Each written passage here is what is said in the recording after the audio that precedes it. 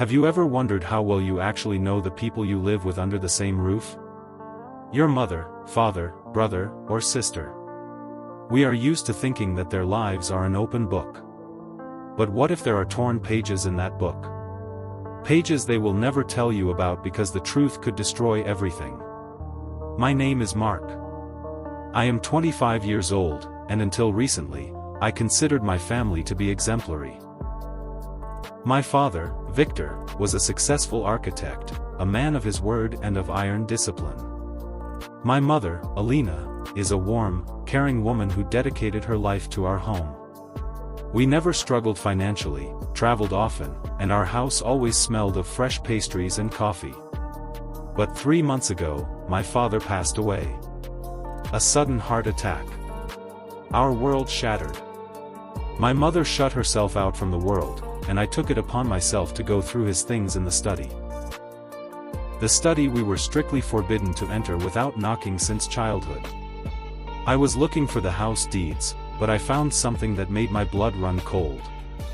At the very bottom of an old safe, hidden beneath stacks of papers, lay a small wooden box. It contained no gold or money. Inside, there was an old key with a strange engraving, MV, and a single Polaroid photograph taken in the summer of 1999. 6 months before I was born. There were 3 people in the photo. My father. Young, happy, with his arm around my mother. And next to them stood a third man. His face had been carefully burned out with a cigarette. On the back of the photograph, written in my father's handwriting, were just 3 words: he knows everything. Forgive. The first thing I did was show the photo to my mother. I expected any kind of reaction: surprise, sadness, memories. But when she looked at the picture, her face turned as pale as chalk. She dropped the cup from her hands, and it shattered into tiny pieces. "Where did you get this?" Her voice trembled as if she had seen a ghost. "Throw it away. Right now. Your father, he just loved silly secrets. This is nobody. Just an old acquaintance who passed away a long time ago." She was lying. I knew her too well not to notice how she avoided my eyes. That night, for the first time ever, my mother locked herself in her bedroom and didn't come out until morning. And I couldn't sleep. The inscription, "He knows everything. Forgive," haunted me. What exactly did he know? What was my father asking forgiveness for? And why was this man's face destroyed with such cruelty? The next day, I started my own investigation. I remembered that my father had a childhood best friend, Uncle Ola. They studied at the institute together, but about 15 years ago, they suddenly stopped speaking. Father never explained why, he just used to say, "People change." I found Ola through social media. He lived on the other side of the city and ran a small auto repair shop. When I arrived at his place and laid the photograph on the table, Ola remained silent for a long time. He lit a cigarette and looked at me with a long, heavy gaze filled with pity. "You look like him, Mark," Ola said quietly. "Like my father?" I asked.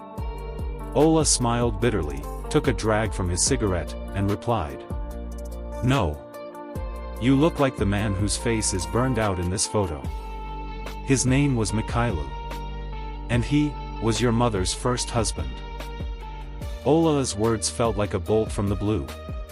What Mikhailu? First husband? I had always been told that my mother and father had been together since high school. Ola told me a story that my family had tried to bury forever. In the late 90s, my father Victor, my mother Alina, and this Mikhailu were inseparable friends. Mikhailu was a talented artist, free-spirited, charismatic, but poor. Alina fell madly in love with him, and they quickly got married. My father, Victor, was also in love with Alina, but he stayed in the shadows, watching their happiness. Mikhailu and Victor started a small business together, an architectural bureau. Mikhailu drew the designs, while Victor handled the money. Business took off, and major investments started coming in. But in the summer of 1999, tragedy struck. At the construction site of one of the projects where Mikhailo was supervising the work, a wall collapsed. People died. Mikhailo was blamed for everything. The forensics report claimed there was a gross error in his blueprints. He was sentenced to 8 years in prison. Alina was devastated. It was at this exact moment that my father, Victor, offered her a shoulder to cry on. He helped her, paid for lawyers, and supported her. 6 months later, Alina found out she was pregnant, with me. She filed for divorce from the imprisoned Mikhailo and married Victor, who raised me as his own son. But why did my father burn his face out in the photo? I asked Ola, feeling the ground slip away from under my feet. Ola looked at me with unspeakable sadness. Because Victor knew that Mikhailo was innocent. It was Victor who forged the signatures on the documents and altered the calculations in the design to frame his friend, take the entire business for himself, and take Alina. Mikhailo took the blame for someone else's crime. He was released after 5 years under an amnesty, but he couldn't return to a normal life. He disappeared. I was returning home in a state of complete shock. The man I had considered a hero, my father, turned out to be a traitor who destroyed another man's life for money and a woman. But the biggest question remained open: who is my biological father? Victor or Mikhailo? My mother had gotten pregnant exactly around the time Mikhailo was arrested. I decided to find Mikhailo. The key in the box had the engraving MV. Mikhailo Verbitsky. On the old tag, an address was barely visible: Zarikin Village, 12 Lisova Street.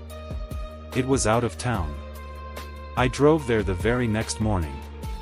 It was an old, almost abandoned wooden house at the edge of the forest. Not a soul around. I approached the door, my heart pounding so hard it felt like it would leap out of my chest. I pulled the key from my pocket. It fit. The lock turned with a creak. Inside, it smelled of paint, dust, and loneliness. The entire house was cluttered with paintings. They all depicted the exact same woman, my mother in her youth. She was laughing, gathering flowers, looking at the water. "You came after all," a hollow voice echoed from the darkness of a corner. I flinched. A man stepped out of the shadows. Gray-haired, with deep wrinkles on his face, but with eyes that I saw in the mirror every single day. They were my eyes. "Mikhailo?" I barely managed to say. "I was expecting Victor," he said quietly, sitting down on an old chair. "He promised to come before he died. He called me the day before his heart attack. He was crying, begging for forgiveness.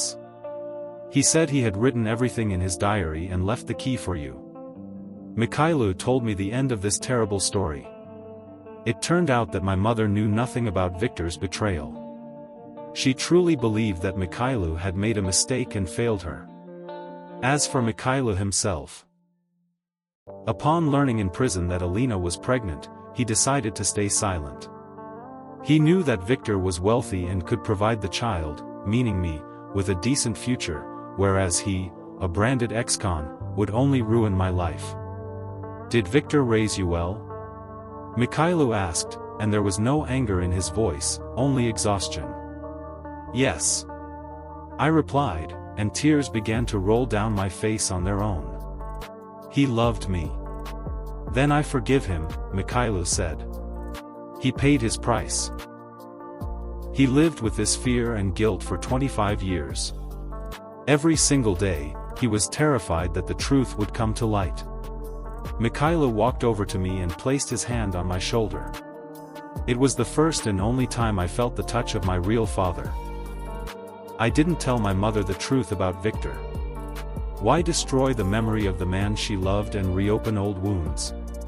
Some secrets are meant to stay buried. But now, twice a month, I drive out to that small house at the edge of the forest. We don't talk about the past. Mikhailo teaches me how to paint, and I tell him about my life. We are simply catching up on what was stolen from us 25 years ago. Life is a strange thing. Sometimes those we consider saints turn out to be sinners. And those the world turned its back on carry the greatest nobility within them. I burned Victor's diary. The story I was told, I will leave here in this video. Thank you for listening until the end. Sound, the click of a closing door. The screen fades to black. Voiceover. Subscribe to the channel I was told, where we share the stories that usually go untold. Let me know in the comments, what would you have done in my shoes? Would you have told your mother the truth? Take care of your loved ones. See you in the next video.